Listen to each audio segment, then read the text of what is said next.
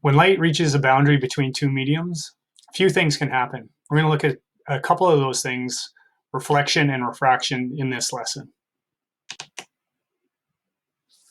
So you can see on this slide, the law of reflection is pretty straightforward. When light meets a reflective surface like a mirror, it bounces off at the same angle that it comes in at. So this little animation over here is demonstrating that property of light. So nothing too surprising here, but the one thing to note is when we measure the angles, they're always drawn from something called a normal line. And you can see in the animation, the normal line is this line that is drawn 90 degrees to the surface. And then we measure the angle of incidence, the angle that the light comes in at, from the normal. And the angle of reflection is also measured from the normal. This is important whenever we measure angles, whether it's reflection or refraction. From here on in, it's always assumed that we're measuring from the normal line. Now, refraction occurs when light travels from one medium to another, but actually passes into the new medium. Think of what happens when light travels from air into, say, glass. The light will move from the air into the glass, and when that occurs, there's a number of changes that happen with the light. Number one, the light will change its speed. So the first thing that kicks the whole idea of refraction off is this idea that light travels at different speeds in different mediums. If you look at this animation we have here, you might imagine that we have waves of light. Now this could be any kind of waves here. We're just seeing crests and troughs, but imagine that this is light traveling as a wave, and it's traveling from air into another medium in which it travels slower, such as water. So when that occurs, the light that is initially traveling at a certain speed, you can see slows down in the second medium. So the first thing that occurs is this change in speed. Now, because of that change in speed, another couple of things also happen. One thing you'll notice is that in the new medium, in the water, the wavelengths are closer together. So if you consider how far it is from bright spot to bright spot here, it's basically somewhere around that far. If you were to measure wavelength to wavelength at any given time, that's what's happening here. If you take a look at how far apart the bright lines or the crests are in this new medium, they're probably more like something like that. So the wavelength in the second medium compared to the wavelength in the first medium, obviously it's changed. So in addition to slowing down when it goes from air to water, you'll see that the wavelength also changes and it gets smaller. And finally, the direction of the wave is also changing. So the wave that was traveling pretty much horizontal towards this boundary, if we kind of use this yellow line to indicate the direction that the wave is traveling, the waves are traveling pretty much horizontally or to the right. When they get to this new medium, they're kind of going at an angle downwards. So really three things that we're keeping track of. Number one, the speed definitely changes. Number two, the wavelength will also change. In this case, it decreases, but we'll see other cases where it can increase. And the direction of the wave will also change. So each of these three variables are impacted when we go through this phenomenon called refraction. Now, the amount of refraction that occurs when light travels from one medium to another depends on how much the speed of the light changes. So the way that we keep track of the change in the speed, or the way that we track speed in a medium, is to use something called the refractive index, given the symbol n. And it's a number used to compare the speed of light in any medium to the speed of light in a vacuum. So this calculation down here, you'll see, basically implies that if you were to take the speed of light in a vacuum, and on your data sheet, we use the value 3.00 times 10 to the power 8 meters per second. If that's the speed of light in a vacuum, then the speed of light in another medium, x, for example, could be water or something like that. If you compare or take a ratio between the speed of light in a vacuum and the speed of light in another medium, you get the index of refraction, or the refractive index of that medium. Now, it's worth noting, because light travels fastest in air or in a vacuum, I'll kind of use these terms interchangeably. Technically speaking, light does travel a little bit slower in air, but by the time you look at three significant digits, it's about the same. Because it travels fastest in things like air or vacuum, when you end up calculating indices of refraction, they're always greater than 1. And so the higher the number, the slower the light travels in that medium. For example, in a vacuum, the index of refraction is considered to be 1. There are no units in the index of refraction. It's a ratio between two things that have the same units, so they'll cancel out. So n, or the index of refraction for a vacuum, is 1. For water, for example, the index of refraction of water is 1.33. Gives us an indication that, you know, the light, as it travels from a vacuum into water, slows down a certain amount, a factor of 1.33. We'll see how that plays out with some calculations. Compare that to the index of refraction of diamond, something that slows down light a lot. The index of refraction of diamond is 2.42. So you can see the more the light gets slowed down, the higher the index of refraction. If you want to use these numbers in a calculation to show you how we could use the index of refraction, consider the index of refraction of water. Since the index of refraction of water is a ratio between the speed of light in a vacuum, so I'm going to put up here speed, I'll use v and lowercase v here for a vacuum, divided by the speed of light in water. The ratio between these two speeds should be the index of refraction in water. So because we know the index of refraction of water, if it is 1.33, that should equal the speed of light in a vacuum, 3.00 times 10 to the 8th meters per second, divided by the speed in water. And if we rearrange that, we can find the speed of light in water turns out to be 2.26 times 10 to the 8th meters per second. So this is kind of a basic calculation in how you can connect the relationship between the index of refraction, in this case of water, to the speed of light in a vacuum and the speed of light in water. Here's a simulation to kind of play around with the idea of indices of refraction and the speed of light and what happens when light travels from one medium to another. So in this simulation, we can turn on a laser beam of light, and you can see as the light travels, in this case, we're starting at air and we're going into water. As the light travels from the air into the water, it actually interacts with this boundary here, and two things happen. One is it does reflect, and you can see that the angle of incidence and the angle of reflection are the same. So here's our angle of incidence, here's our angle of reflection. This is our normal line. So this is not, this is common way of measuring the angles. And so you can see what happens here. The angle of incidence and the reflected angle is the same, but not much of the light is really reflected. It's really this part down here that you get this refracted beam of light, and that's what we'll focus our attention on here. So here's my incident ray. I'll just put a little I here. Here's my refracted ray. And so you can see now what it would really look like if we shone a beam of laser light from air into water, and you can see that it starts to refract. And what's most obvious at this point is not the speed of light, which we can't see very well, but the angle. And as I change the incident angle, if I go from 0, from the normal, very little, goes pretty much straight in. And as I increase my angle of incidence, my refracted angle also increases, but not quite as much. And you can see the bending of the light. And when people think of refraction, that's the main thing they think of, is the bending of the light. But again, we're also understanding it's not just that the light bends, it is also changing its speed. It's also changing the wavelength. And if we turn our beam of light into a wave that we can visualize as crests and troughs, you can see that exactly happening here, traveling fast in the air, slower in the light, having long wavelengths in the air, shorter wavelengths in the water. And if you use this simulation, I encourage you to go check it out for yourself. If you just play around with like the material that you go into, let's go into water to glass. Now the index of refraction of glass is 1.5. So the speed changes quite a bit more. So here it is in air going 3 times 10 to the 8th meters per second. Now it's going slower than even in the water. And you can see that the wavelengths are even closer together.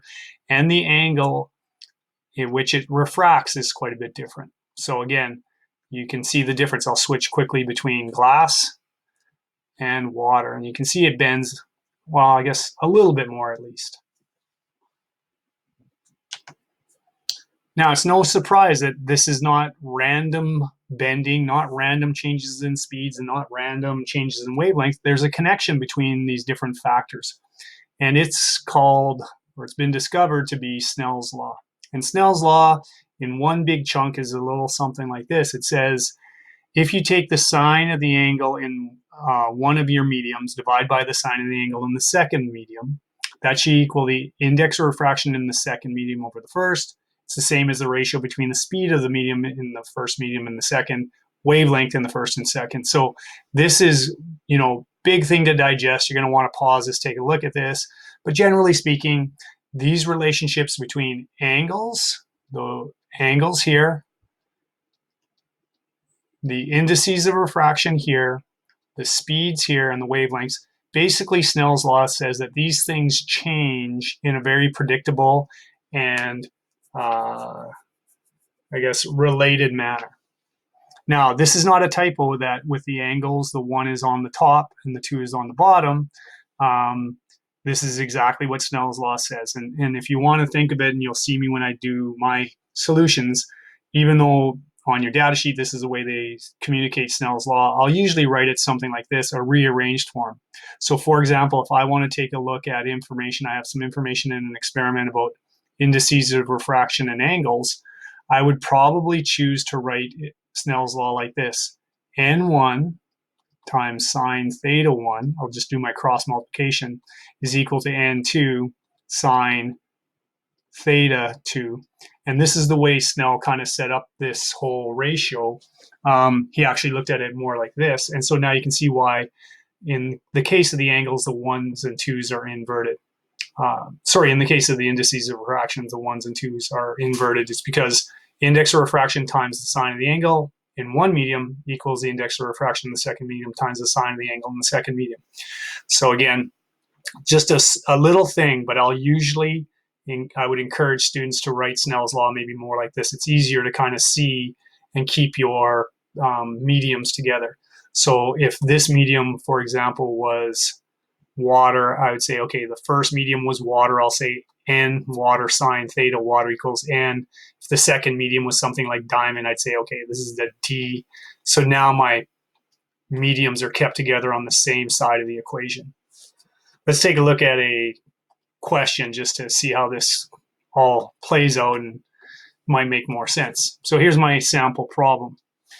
We have a ray of light that shines from water. All right, this is important. Starting in water, enters into diamond. If the angle of incidence is 15 degrees, what's the angle of refraction? Let's do the first one first. Let's do part A.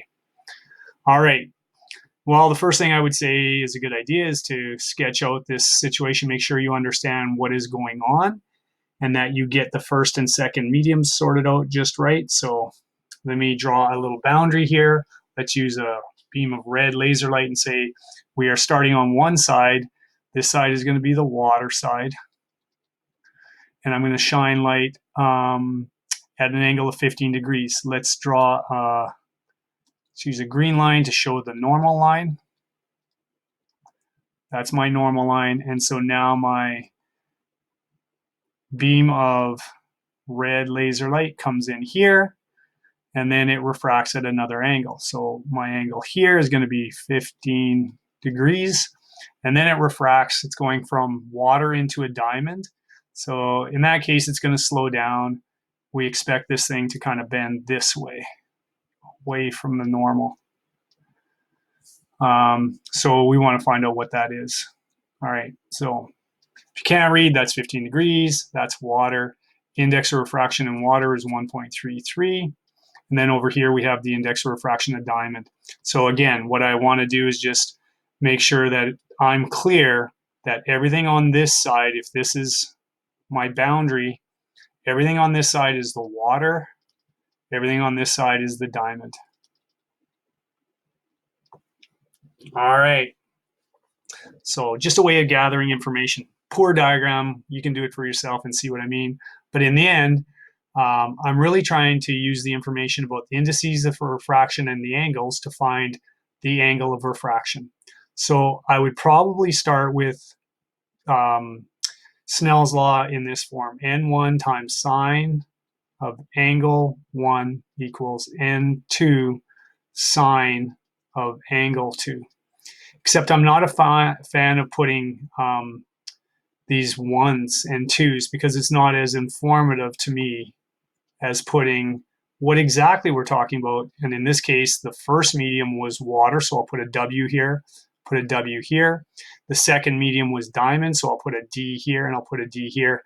And so now I know when I go to substitute in my information, I'll use the index of refraction of water here, 1.33, multiplied by the sine of the angle in water. Sine of the angle is 15 degrees. That equals the index of refraction of diamond, 2.42, multiplied by the sine of the angle in diamond. So there's all my information. Now I know how to put this together, rearrange and solve for this. Just before I do my calculation, I'll just move the 2.42 over to this side. So you can see what I'll end up doing here to get the sine of the angle. It's 1.33 times the sine of 15 divided by 2.42. So when I first do my calculation, do my rearranging and plug it in my calculator, I'll first get, if I break it down to a smaller step, the sine of the angle in diamond turns out to be about 0.1422.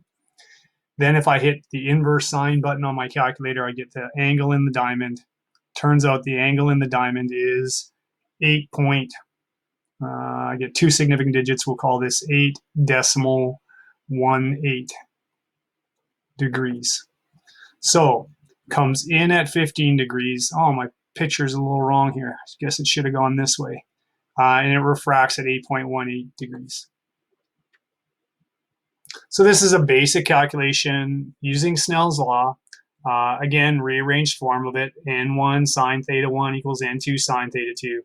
And then I have enough information to solve for the angle in diamond.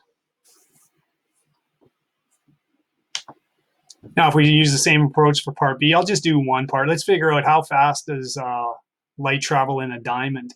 So if you think about it, we don't have information about, we did calculate it earlier in this presentation, but assuming we don't know the index or the speed of light in water, keep in mind, take a look at your data sheet and you'll notice that you always know the index of refraction in a vacuum.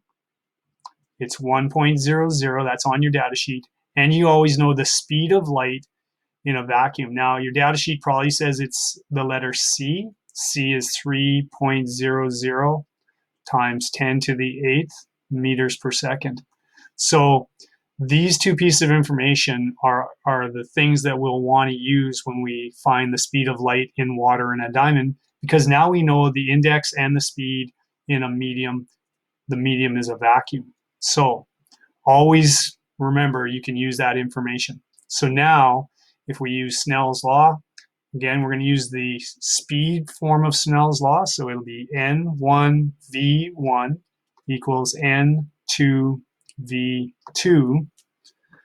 And you can try it out. It doesn't matter actually which one's 1 or 2. So I'll put the vacuum on the one side.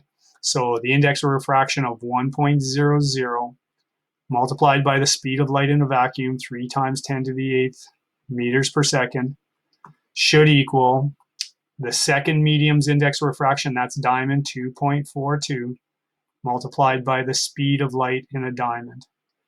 So again, you can see what's going to happen here mathematically.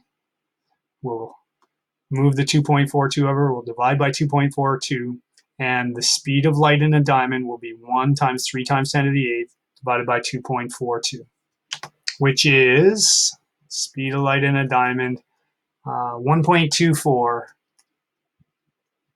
times 10 to the power 8 meters per second.